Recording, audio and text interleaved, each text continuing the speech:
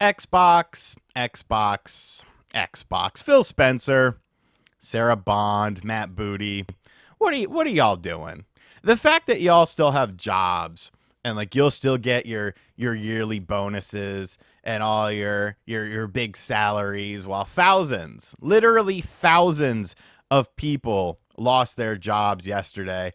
That's just bizarre to me. It's like you got to chop off the head of the snake, not the tail of the snake, because the head of the snake is the one that is making the decision. That's kind of where the brain is. I don't know. The snake's brain could be something else. I was not good at biology, but obviously Xbox had a lot of stuff going on yesterday. I made a video talking about it, and I said it was an ongoing thing, and ongoing it was. After that, there was more announcements of things happening, so I kind of want to summarize everything that we have learned thus far from the fallout over at Xbox, talk about the future, and then talk about, I guess, some of my problems with the optics of certain things. Yes, RGT will probably burn a bridge, but if you know about me, I burn a bridge and I get to swim in. So if this is your first time on the channel and you enjoy stuff like this, hit the subscribe button. But Xbox yesterday obviously announced thousands of layoffs from different various parts of the company. Some of them were Microsoft. A lot of them were from Xbox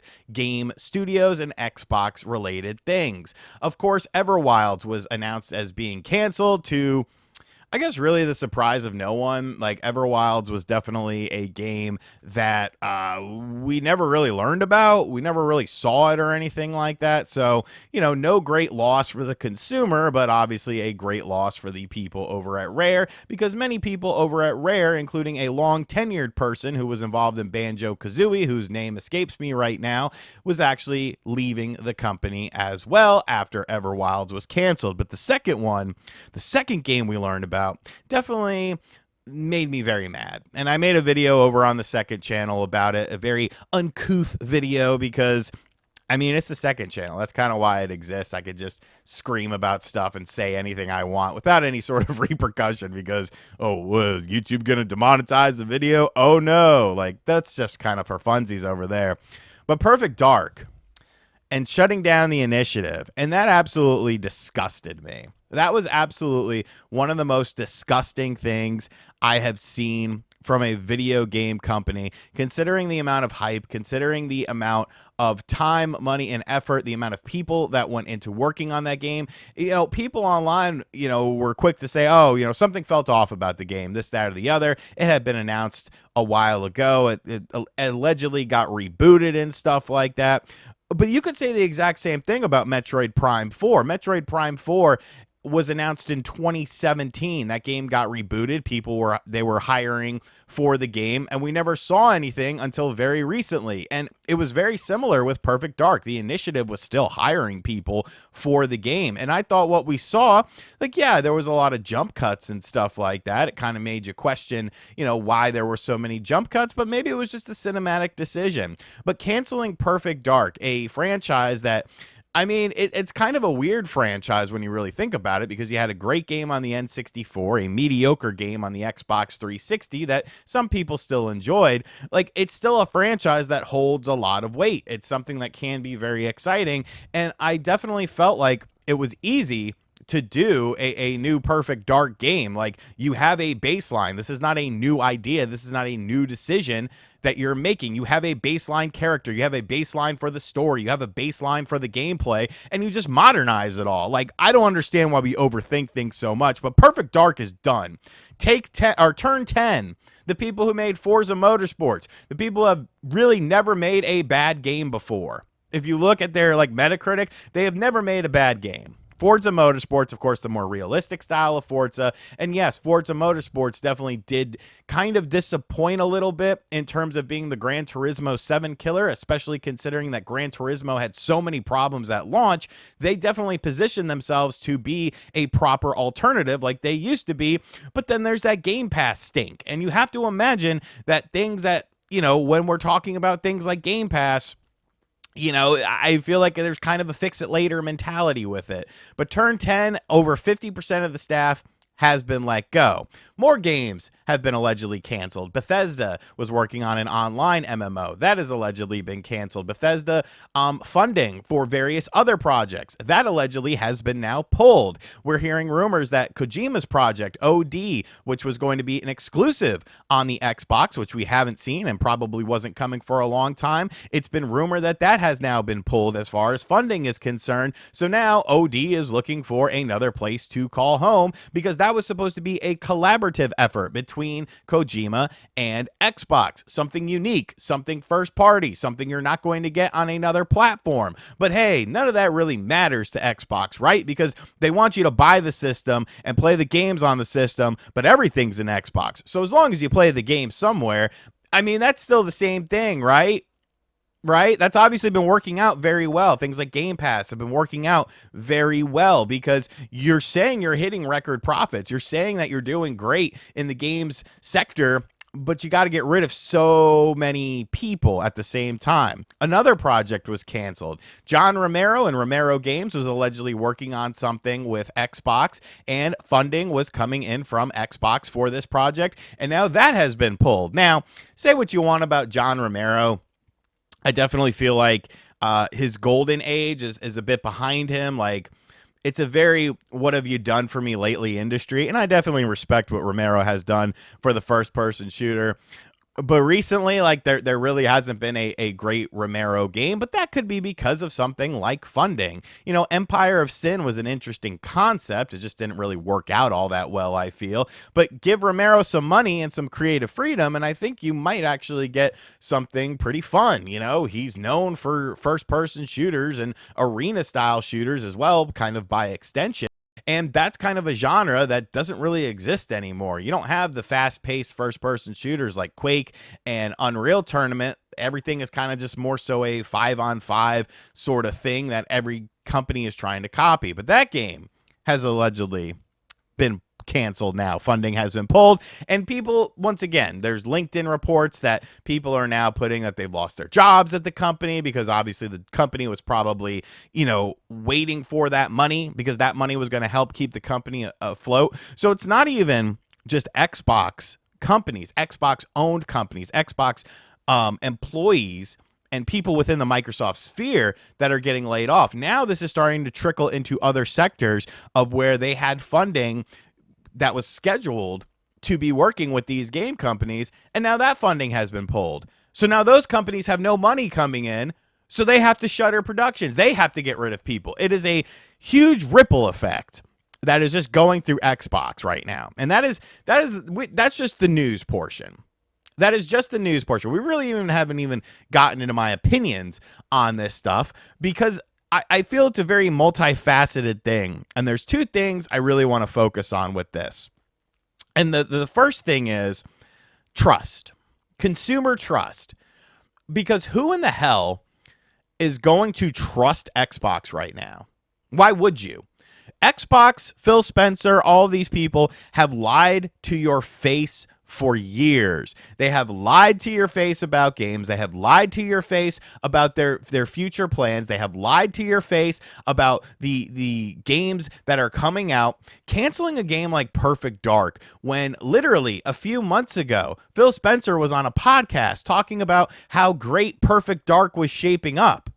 How do you do that? You knew damn well the state of the game. This isn't a knee-jerk decision to where you're just like, oh, well, we're gonna cancel this randomly. Like, no, you knew the game sucked. You knew the game sucked for a very long time. And that's a problem that Xbox has had for a while with games like Halo Infinite, with games like Redfall, with by extension Avowed, which I didn't hate the game, but it definitely felt a little bit underbaked. All of those games were supposed to be big pillars of the Xbox ecosystem, but they all kind of felt very underbaked when they came out, so much in fact that they're allegedly working on a new Halo. But if I'm working on that new Halo, do I have any confidence in this regime that the game is actually going to see the light of day? If you're willing to cancel Perfect Dark, a game that you announced years ago, a game that had a lot of hype and a lot of hoopla behind it, that you created a studio in order to create this game to be one of the biggest games ever, and then you're just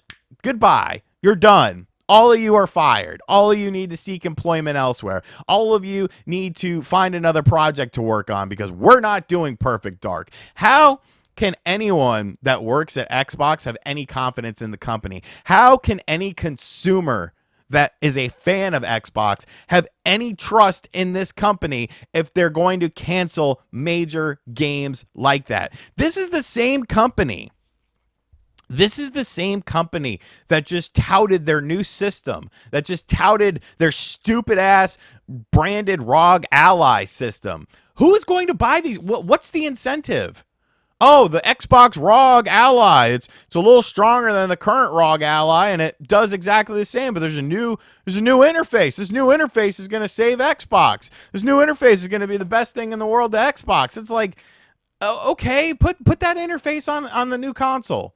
Are people still going to want to buy that console? You have to remember, right now, in my opinion, and I think the data kind of backs this up a bit, but you could take the data how you will.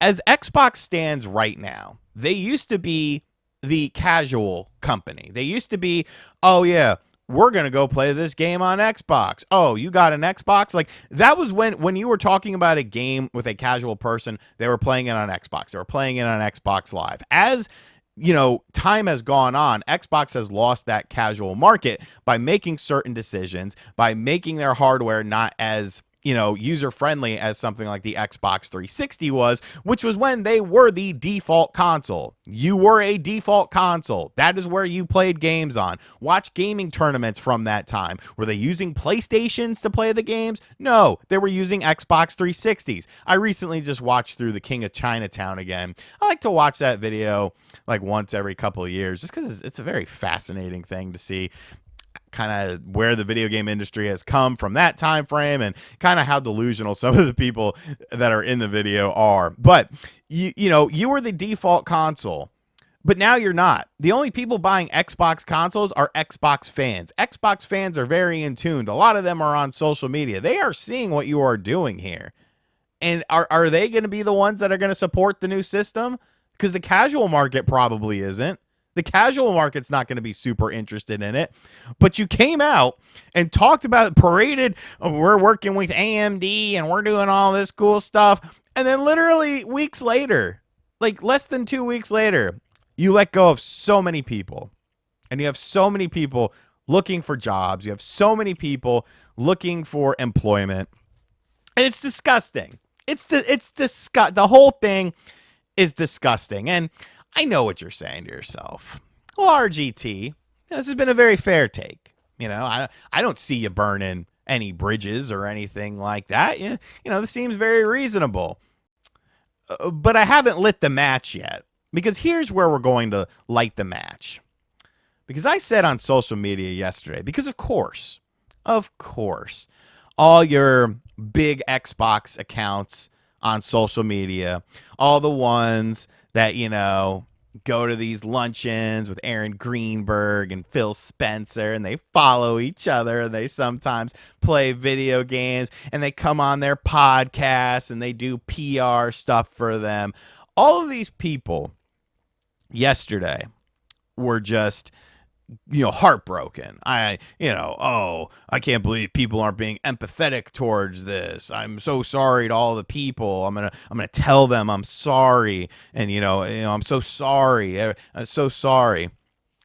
But then I made a tweet, and I said yesterday, I said, what's the over under on them going back to business as usual? And I gave it a week. I said it would be a week before the Xbox orbiters, the ones that, get all the opportunities and they get all the free stuff and they get all the interviews and the luncheons and stuff like that. I said it would be a week before they went back to business as usual. It didn't even take that. All it took was Helldivers 2 to be announced on Xbox, and now we're all back to cheering Xbox. Yay! We're getting Helldivers 2, Xbox, yay! And it's like, you don't care. You don't care about these people. You're projecting empathy. You're projecting that you care about all these people and you care about the industry because of the fact that it's a good look. But at the end of the day, you care more about yourself. I think in general, even me, even a terrible human like me, I don't want to see people lose their job. I don't want to see my worst enemy lose their job. But think about it from this perspective. This would be like, say your boy works at McDonald's and he gets fired. And, this was like, he was a manager there. So now he's kind of in turmoil. And it's like, oh, man, dude, I'm so sorry, man. You got fired from McDonald's. Like, that sucks, dude. If you need anything, let me know. Oh, okay, cool. Thanks, man. And then the next day you call him up and you're like, yo, let's go out to lunch at McDonald's. Like that's the image that it portrays. Like it's crazy to me. It's just crazy to me how the Xbox orbiters, like there is still this dedicated fan base of Xbox people that they have some interest in it because there is an advantage for them. There is a benefit for them. So they don't want to burn that bridge with Xbox corporate, but they also need to put on a happy face and a sad face and, all this sort of stuff, posturing for social media. It's crazy to me. And honestly, a game developer called out a lot of Xbox accounts as being problematic for the ecosystem of Xbox by hyping up everything, by never questioning anything, by doing interviews with Phil Spencer and just softballing it and just, accepting whatever was said instead of, actually trying to press issues and be like, is this actually working out? Is this actually a good thing? And like this dude just went scorched earth on social media about it. He was tagging people and stuff like that. I like to be a little bit more inconspicuous. I like to leave that little air of mystery. So if, they happen to hear, if an individual happens to hear what I have to say, and then they got to kind of sit there and be like, well, is that me? Am I that person? Am I that type of person that, optically speaking doesn't look all that great right now? I like that little air of mystery, but this dude just went scorched earth. And I definitely do think it plays a role when everyone around you is telling you how great it's the yes men thing. You surround yourself by yes men. You surround yourself by people who will never call you out on your bullshit, who will never question anything you do, who will never push back on anything you do, because they don't want to burn a bridge. They don't want to lose an opportunity because at the end of the day, humans are selfish. They're always going to look out for themselves before they look out for others. Even Mother Teresa herself would look out for herself before she would look out for others. And there's nothing inherently wrong with that. The problem is when you try to put out there into the universe that you're just, the most, caring human in the world. But then, the next day you'll go on a podcast or make a video and monetize the video talking about the downfall of Xbox. I feel so bad for everyone. Subscribe to my Patreon. It's like, this is crazy. It's crazy. But, it's going to be very interesting to see what happens with this company because I feel like trust has been lost. But this is a fast-moving industry, and today's news isn't yesterday's news, and people move on very fast. I think Xbox had core problems leading up to this. I don't think any of this helped their core problems, but maybe they'll come out of the other side smelling like roses, or just go third party because nobody's buying their consoles anyways. Anyways, guys, let me know in the comments section down below. What do you think about all the layoffs? What do you think about all the game cancellations? I couldn't think of the word. Game cancellations. How do you feel about it? What's the game that you were really looking forward to out of the list of games or the proposed list of games as playing those games? Because you're not playing those anymore, and it'll probably be Perfect Dark, and rightfully so, because how are you going to cancel Perfect Dark but release Redfall? Get the hell out of here, Phil Spencer. You suck ass. There was a rumor that Phil was like stepping down after the launch of the new console. And I was like, why wait? Look at the damage you've done. You've essentially ruined this company. You can't spell right without RGT because RGT was right about Phil Spencer. And as always, guys, thank you for checking out this video. I know it was all over the place. I know it was very scatterbrained. Looking at the runtime of this video, it went way longer than I anticipated. So I'm going to have to find a bunch of freaking trailers and B-roll crap in order to put up on the screen when I'm ranting and raving about things because nobody wants to look at my beautiful face. But give me your thoughts in the comments section down below. Be civil towards people as well. At the end of the day, this is just video games, pal. But, there is that human element to it. There is that aspect of, people now trying to figure out what's next in life. So, it sucks, man. It sucks. And as always, guys, thank you for checking out this video. Like I said at the start, if you are new to the channel, be sure to hit that subscribe button. Be sure to like, comment, and share. Hit the bell as well so you're not missing out on anything. It's my birthday tomorrow. So if you made it to the end of this video, we'll be live doing Analog Allies over on the second channel at 11 p.m. Eastern time. I think we're going live. And then we will segue into my birthday as well, because at midnight, your boy turns 40. I know, I don't really look it, but, maybe they messed up my birth certificate. And as always, I'll catch you guys on the next video. Later.